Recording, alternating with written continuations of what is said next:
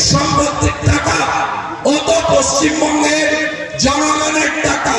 আমরা বিজেপি, আপনারা শুনে রাখুন, আমাদের সরকার যেদিন রাজ্যে আনবেন তার পরের মাসের 1 তারিখ থেকে আপনারা 1000 নয় 3000 টাকা করে লক্ষ্মীর ভান্ডারে পাবেন। নাম বদলে দেব অন্নপূর্ণা ভান্ডার। সন্দেশখালীর বদলা নিতে হবে, সন্দেশখালীর বদলা নিতে হবে।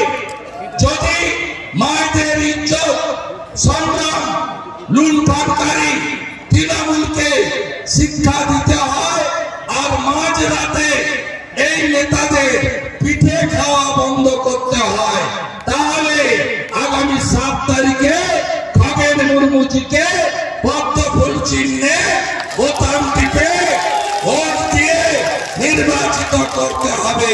এই বিনম্র আবেদন আপনাদের কাছে আমি করতে চাই। এই মালদা জেলা একদিকে নদী ভাঙন কিছু করেনি, চারমন্ডলদের সমস্যা মমতা ব্যানার্জি সমাধান করেনি। কেন মালদা জেলায় এত পরিযায়ী শ্রমিক হবে? মালদা জেলা থেকে হাজারে হাজারে যুবক ছেলে বিজেপি শাসিত রাজ্যে তারা যায় কাজের জন্য, আর দুর্ঘটনায় মারা যায়, তাদের দেহ এখানে ফিরে।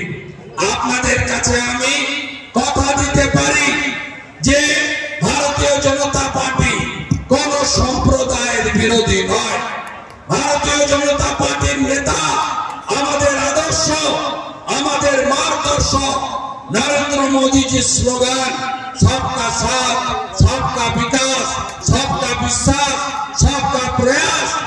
আমাদের মোদীজির নেতৃত্বে রাষ্ট্রবাদ, দেশপ্রেম তাকে শক্তিশালী করতে আর দেশকে আরো সুরক্ষিত করতে আপনারা আমাদের প্রার্থীকে, আপনাদের প্রার্থীকে পদ্ম ফুল চিহ্নে ভোট দিয়ে জেতান। আমি একটা সভায় চাঁচলে দেখছিলাম এই লম্বা বক্সি যে আমার হাত ধরে আরএসপি থেকে তোলামূলে ঢুকেছিল, ওকে কেউ নিচ্ছিল না। আমার হাত ধরে মালতীপুরে